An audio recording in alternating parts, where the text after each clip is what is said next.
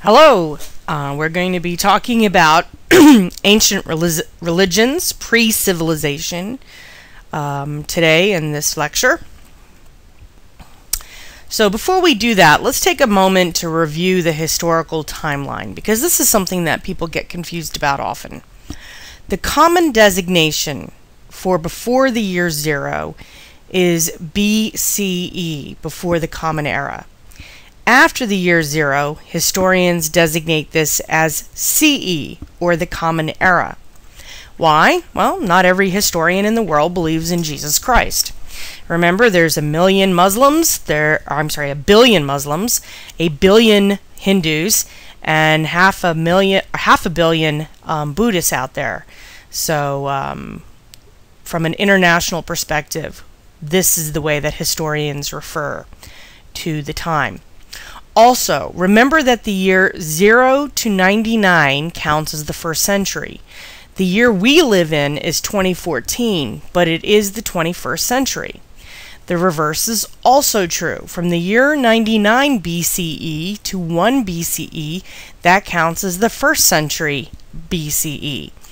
So the easy way to do this is take the year, add 1 to get to the correct century if you get confused.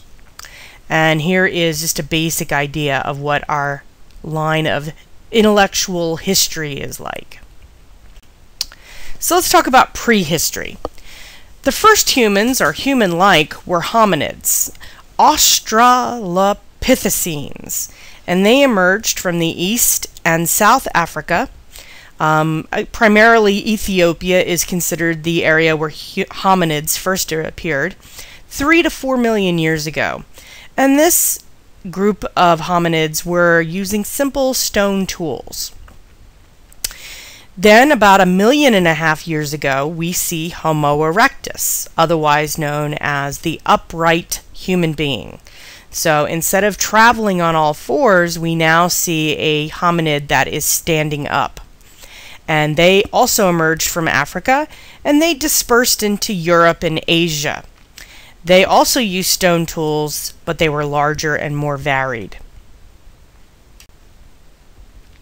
Up here at the top, our next generation is Homo sapiens, otherwise known as the wise human being. And they were on Earth from about 100,000 years ago to 250,000 years ago.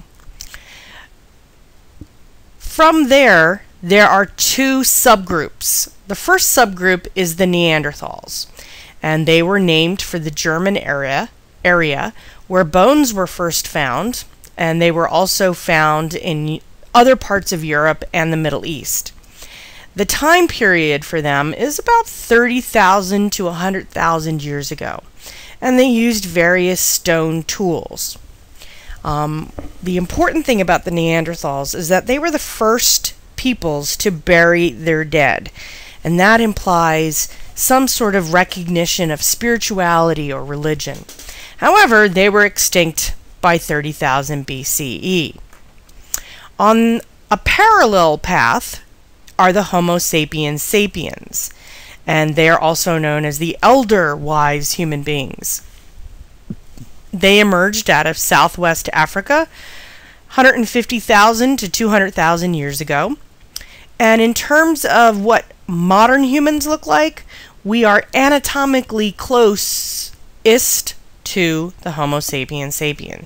So we are all known as Homo sapiens sapien, and we've shortened it to Homo sapiens just to make things easier for all of us. This is the dispersal of how man evolved around the globe. Again, you'll see in Africa, Adam, meaning the first man, and dispersing up through Europe, going north, going east into Australia, and across Asia, up through Asia, up here before the Ice Age ended in 10,000 BCE. There was an ice bridge, so people were able to walk across Asia and then eventually move into the Siberian area and move into Alaska and come down through North America and into South America. So we're seeing about 70,000 years ago, Homo sapiens sapiens started to spread outside of Africa. And it took them about 60,000 years, but they had managed to get themselves all over the world. Interestingly, almost all human species today carry some Neanderthal DNA in us, because of course you have these two parallel hominids or humans running around, and of course, you know, a nice 14-year-old Neanderthal meets a nice 14-year-old Homo sapien sapien, and they don't care, they're not the same species, they're gonna hook up. So they pretty much believe that most of us have some DNA from the Neanderthals running through us. Let's talk about the actual people of this era. First, we're going to look at the Paleolithic Age, which is also known as the Old Stone Age. This is from approximately 2.5 million years ago to 10,000 BCE.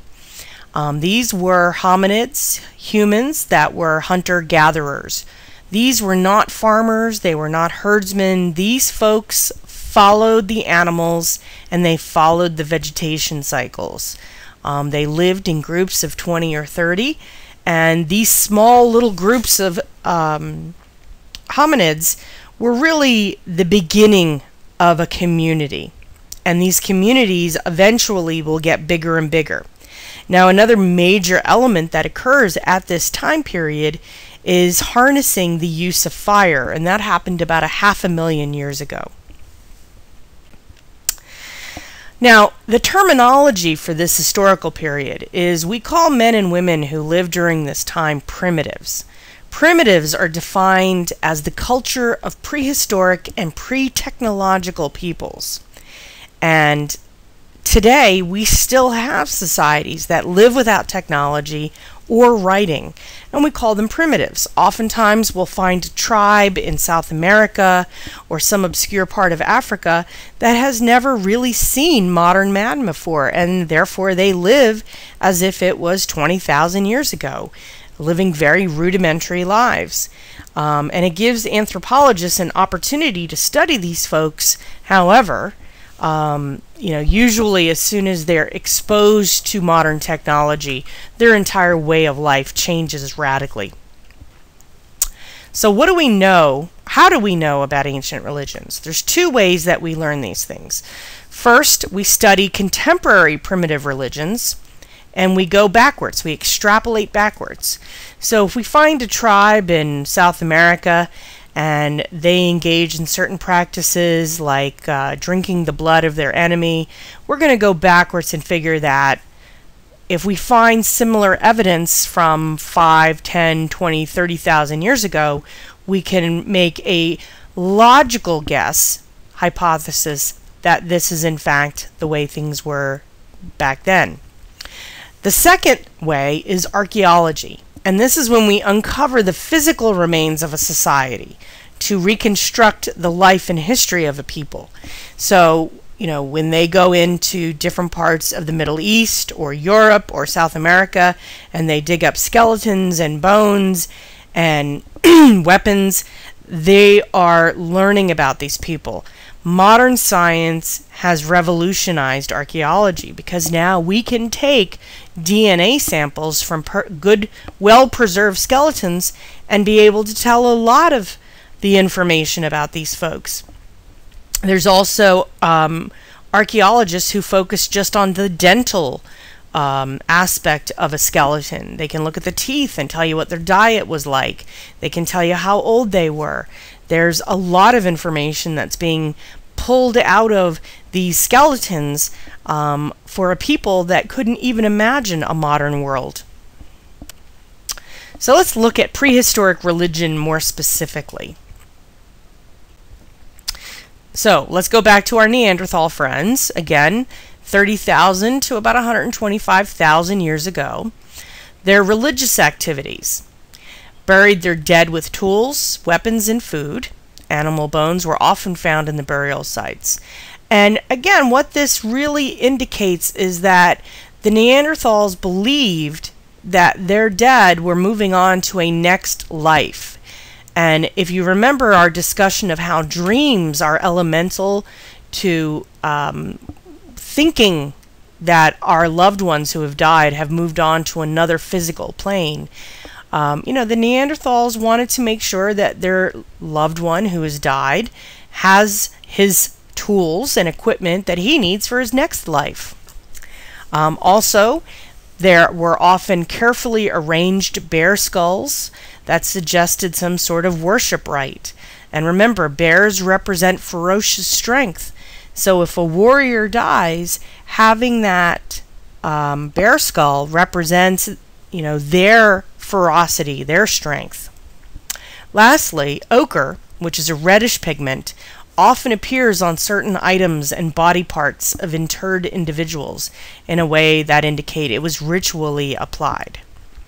And again, you know, today we are often anointed with holy water or oils as part of our religious rites. So thinking that this stuff was going on 50,000 years ago kind of proves that the Neanderthals weren't all that dumb. They had specific rituals, they had certain beliefs, and, you know, in general, they made a lot of sense. Then we're going to jump to Cro-Magnon, or early man. And this is 10,000 to 35,000 years ago. Their religious activities included burying their dead with tools and weapons, as well as ornamental items. And many of the skeletons are in the fetal position. And you'll see a picture of that down here, of the person who's being buried being put in the fetal position, which implied that the dead were buried seeking rebirth, because how are we born? We're in a fetal position. When we're babies, we sleep in the fetal position. So the thought process that anthropologists and archaeologists have come up with is that by putting the dead person in a fetal position will allow them to move into their next life. So a reincarnation concept. These are the people who were responsible for the famous cave paintings in France. And here they are, the Lascaux caves in France. And if you find this interesting, you should go Google it. There are thousands of pictures of these amazing drawings that were put on these walls thousands and thousands of years ago. The cave paintings supposedly represent some sort of goodwill measure to ensure a good hunt. So, you know, you want to worship the gods, you're going to show them what you want. You want to communicate to them, we need a good hunt. And they throw all these animals out there to try and show the gods what they're looking for.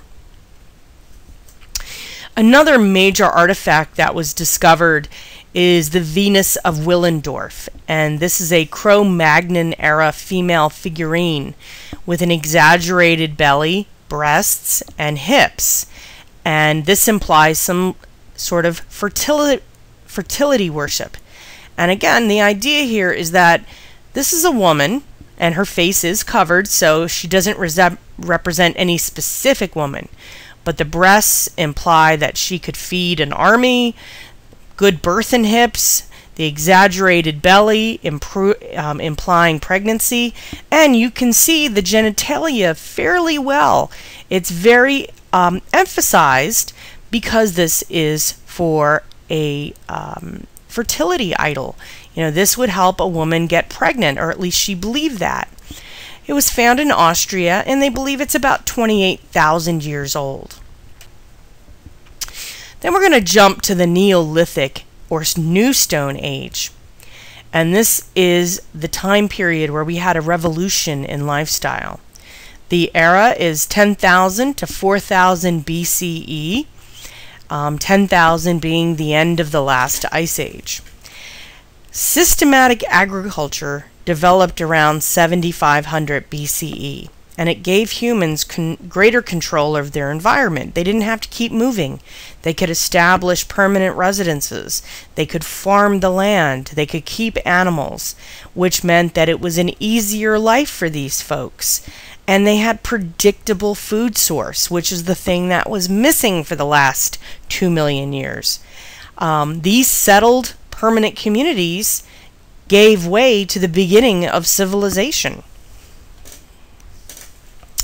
The most significant area was in Mesopotamia, which today is present-day Iraq and parts of Syria, and it was called the Fertile Crescent. and fertile being very important because that meant it could grow a lot of different food types. According to biblical scholars, the Garden of Eden was located at the intersection of the Tigris and Euphrates rivers. And you'll see I have a little arrow here, so right around here.